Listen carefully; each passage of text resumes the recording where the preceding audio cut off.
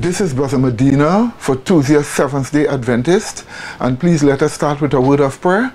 Loving Father, please be with us as we enter into this program. Bless all our listeners, and may they all be prepared for what is coming. In Jesus' holy name we pray, with thanksgiving unto Thee. Amen. Well, our topic for today is conspiracy against foods. Conspiracy against foods. And the topic clearly explains that there has been a great conspiracy hatched against the foods that we eat to deteriorate our foods, and by that deteriorate our health. All this is a part of the New World Order plans. Yes, my dear people. And these plans have been clearly written in documents over the years. So pay careful attention as we go into this. Now our Bible tells us in 2 Timothy chapter 3 and verse 1, "This know also that in the last days perilous times shall come." And these are the days in which we are living. We are living in a period of this earth's history when there are perilous times. Dangers beset us on every side, even in the very foods we eat. And all this is because of the lust for money. And this brings us to our second scripture. If we look at 1 Timothy chapter 6 and verse 10, we are just looking at the first part of this verse. Here is what it tells us. I quote, "For the love of money is the root of all evil," or the lust of money, as the Greek says, is the root of all evil. And what does this show us? This shows us that human beings, through lust for money, have been doing all kind of evils. And notice what we are told, the root of all evils.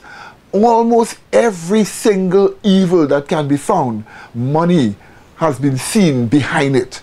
And even in the foods that we eat, the giant corporations, the giant food corporations, Monsanto, the giant drug corporations, they're all passing money to corrupt politicians that are causing legislation that are harmful to our health. And we want to show you all of these things in this program. The first thing we want to look at is genetically modified food. Now, scientists have proven that these foods cause irreparable damage and deep damage to the human system. So we want you to take a look at these clips that explain such a thing like this. I'm Jeffrey Smith, and I'm for avoiding GMOs individually and eliminating GMOs from our food supply. Awesome.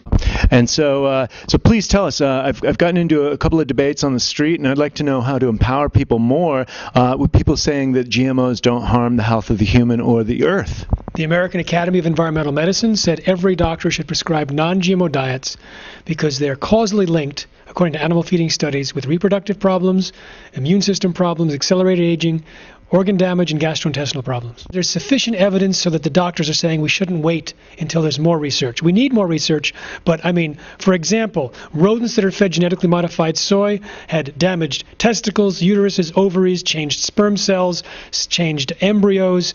Some of the offspring were sterile, some had hair growing in their mouths. It seems to affect everything. The immune system, certainly, the digestive system. It can create potentially precancerous cell growth in the digestive tract, smaller brains, livers, and testicles in one study. Larger intestines in another. Smaller testicles. You don't need the Viagra. You just need to get off the crummy food. And I have a picture of rat testicles that went from pink to blue after the animals ate genetically modified soy. Wow, that's incredible. And so what's the most important message that you have for humanity right at this point right now? We can create a tipping point of consumer rejection against genetically modified foods if we have just little as 5% of U.S. shoppers avoiding GM ingredients. If we have a Really, just 5%? Yeah, because that's enough to demonstrate a trend, lower market share, and the same major companies have already removed GMOs in Europe and Japan, so they're looking out for a trend to catch here. Is buying organic the answer to shunning GMOs? It's one of the answers. You don't have to buy organic in order to avoid GMOs, but it's the best way because you get all the other benefits of organic. But we have a non-GMO shopping guide available at nongmoshoppingguide.com. Anything in there has to be enrolled in a third-party verified system for backing up that claim.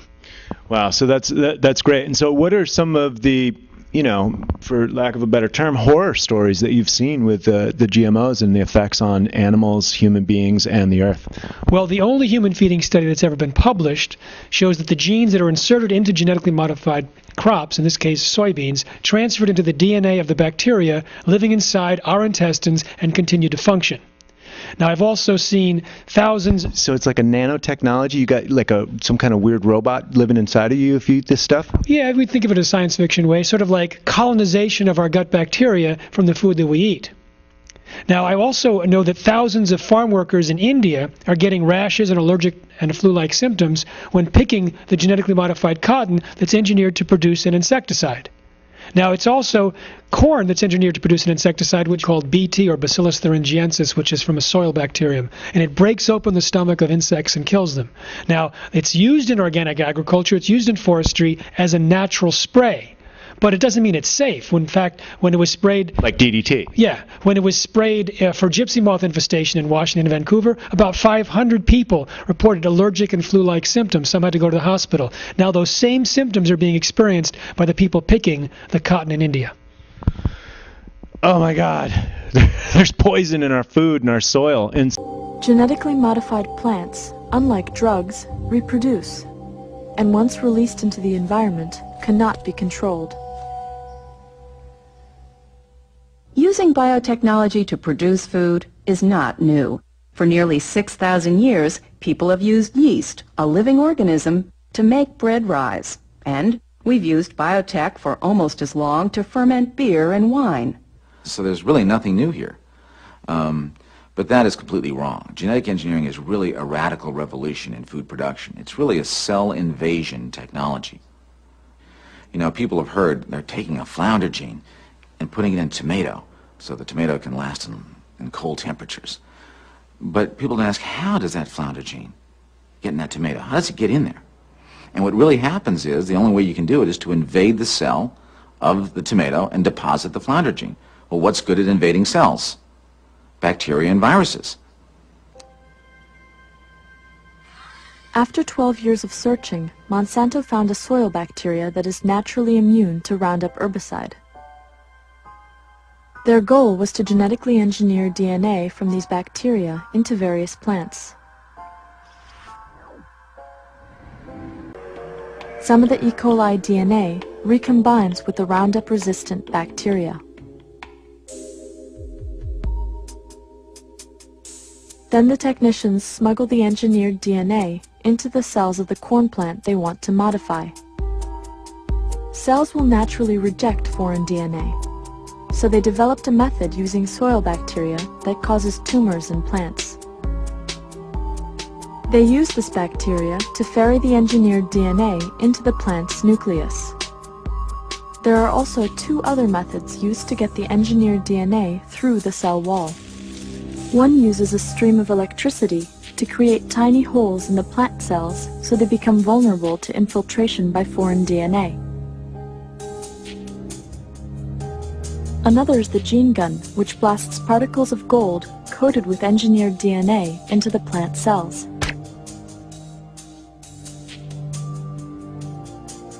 Each of these three methods needs a promoter gene that turns on the desired characteristics. The promoter gene is often extracted from the cauliflower mosaic virus.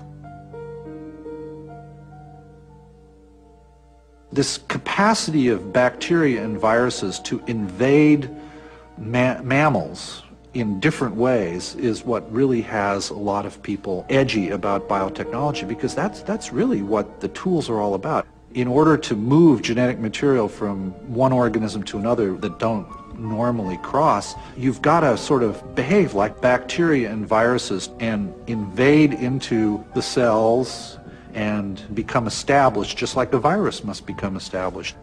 And they do one more thing. They attach to that an antibiotic marker system. The antibiotic marker is a gene which is naturally resistant to a specific antibiotic, so later they can test whether the genetic cassette is being expressed. The most cataclysmic force in the food system right now is the fact that the medical community is just terrified about the loss of antibiotics. No one really understands how using antibiotic marker genes in genetic engineering techniques might contribute to the problem. The biomedical community on a worldwide basis is absolutely focused on this problem now.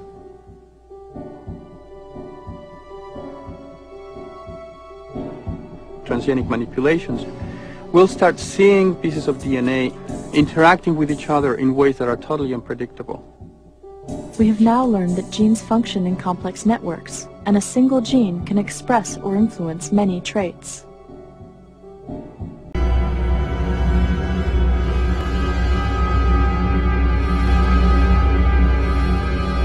Tumultuous scenes on a field in eastern Germany. Opponents of genetically modified food want to storm a field and destroy the GM maize being grown on it. The demonstrators are trying to make a statement. They want the dangers of genetic engineering to become known to the public, they say.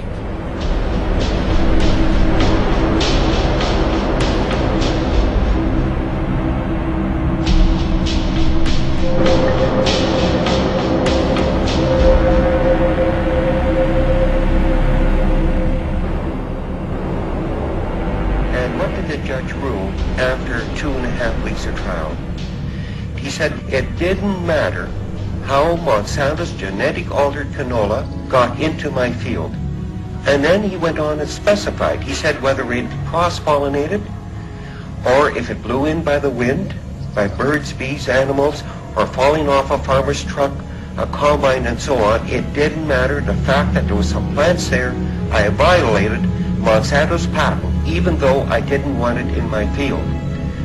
Number 2, which is the most important one, I think, he ruled any farmer that has a regular conventional plant, it doesn't matter what kind of plant, if it's a tree, if it's a seed, and it gets cross-pollinated with Monsanto's gene against your wishes and destroys your property, my plant becomes Monsanto's property. Now stop and think what that means to farmers all over the world, farmers, gardeners, anything to do with a life-giving form.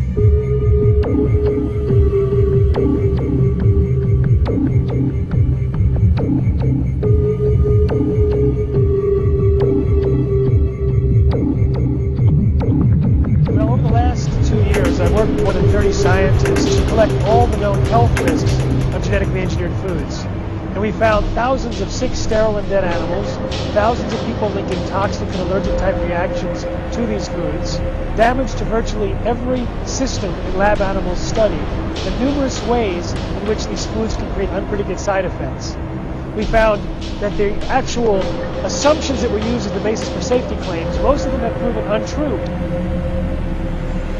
Last fall, during lunch with co-workers, Grace Booth enjoyed 3 chicken enchiladas. The food, she recalls, was very good, but then something went very wrong. I felt my chest getting tight, and it was hard to breathe. She didn't know, but she was going into shock. What are you thinking at this point? I thought, oh my God, what is happening to me? What is going on? Something is very, very wrong. I felt like I was going to die. In the emergency room in nearby Oakland, the diagnosis was severe allergic reaction.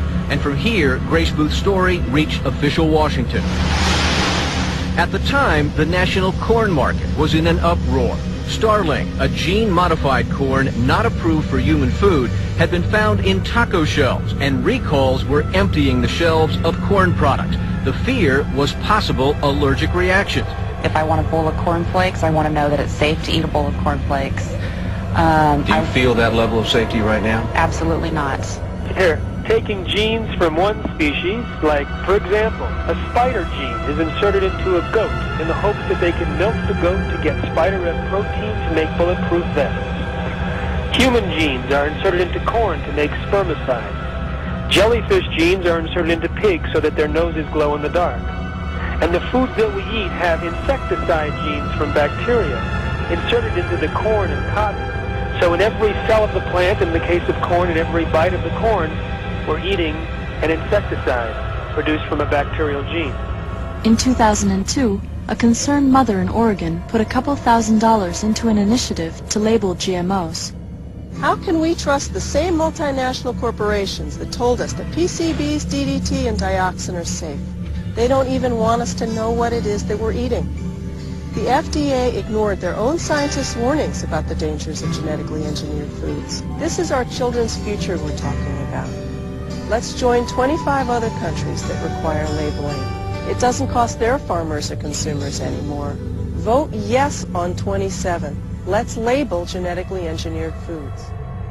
The measure was defeated by the $4.6 million industry campaign that features a farmer who resembles the mother. The last thing we need is more government red tape, more bureaucracy, and higher costs.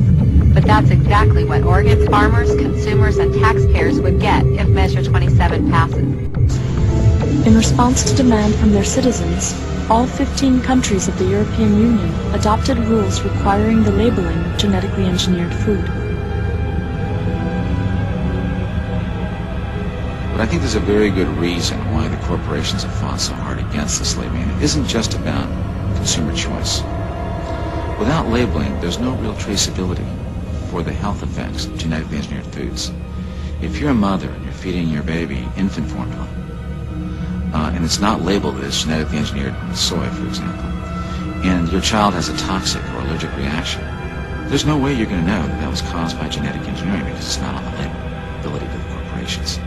So they're opposing labeling not just because it creates choice and they're afraid that their products will not be bought, but also because labeling is the key way we can trace the health effects of genetically engineered foods and the key way to get the corporations liable for these health effects.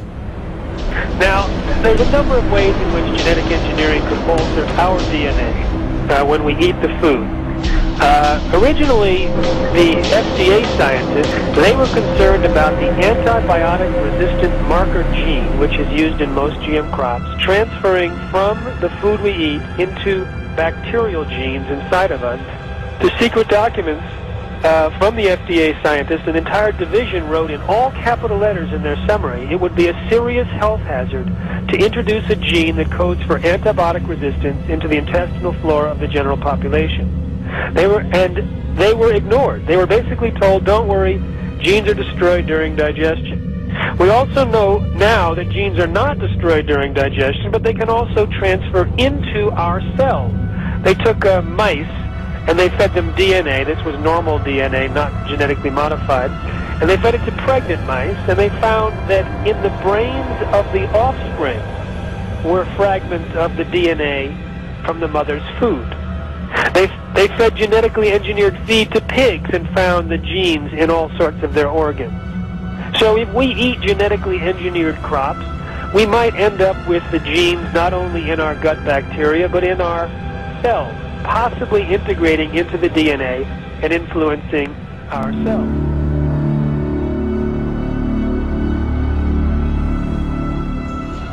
The Flavor Saver tomato was the first genetically engineered food to reach the public.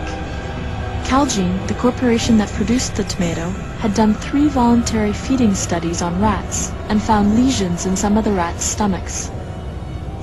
Over the objections of several government scientists, the tomatoes were approved in May 1994. The Flavor Saver tomato didn't hold up in shipping, and consumers didn't like it, so it was taken off the market.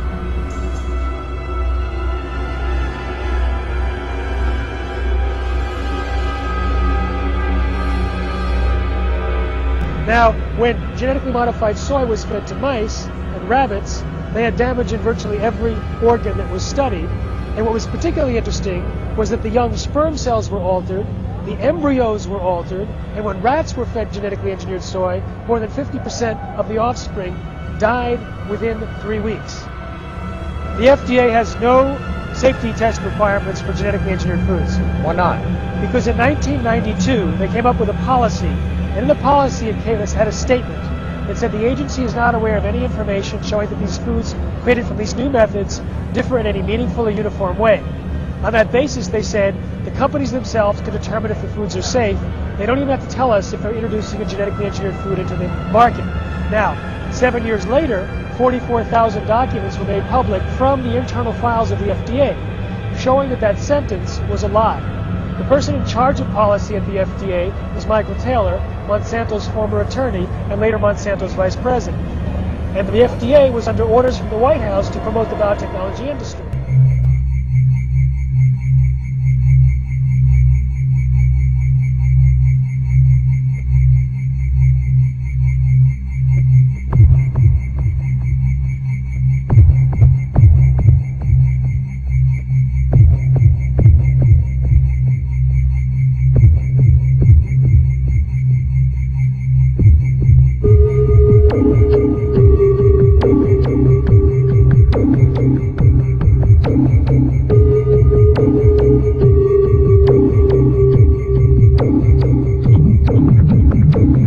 What you are looking at in this particular clip here is genetically modified cow's milk.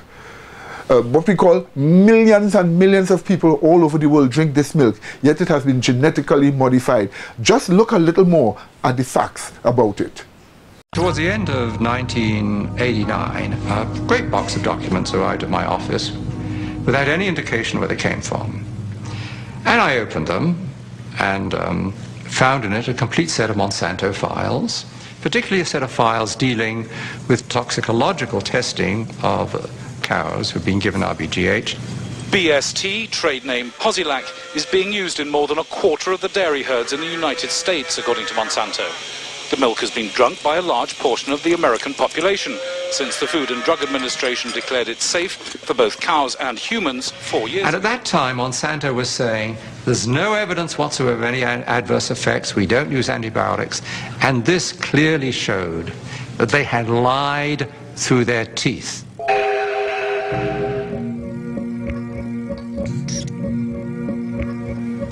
The files described areas of chronic inflammation in the heart, lung, kidney, spleen, also reproductive effects, also a whole series of other problems. The most comprehensive independent assessment of the drug concludes that BST results in unnecessary pain, suffering and distress for the cows. This is not acceptable for a drug designed simply to increase milk production. It is a silly product. We have the industrial world is awash in milk. We're overproducing milk. We actually have governments around the world who pay farmers not to produce milk. So the first product Monsanto comes up with is a product that produces more of what we don't need. Of course, you'll want to inject Posilac to every eligible cow, as each cow not treated is a lost income opportunity. But the problem was that use of the artificial hormone caused all kinds of problems for the cows.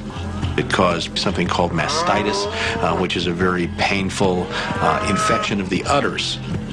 When you milk the cow, if the cow has bad mastitis, some of the, and I don't know how to say this in a, I hope people aren't watching at dinner time, but the pus from the infection of the udders ends up in the milk, and the somatic cell count, they call it, the bacteria count inside your milk goes up.